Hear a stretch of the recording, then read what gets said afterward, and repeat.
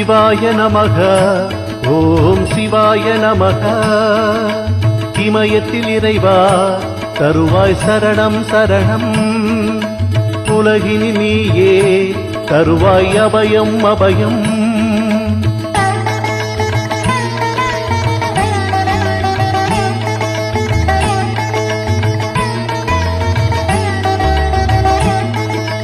துன்பம் என்பதும் இன்பம் என்பதும் உந்தனருள்தானே.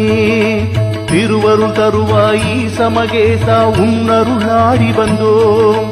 சிவாய நமக ஓம் சிவாய நமக.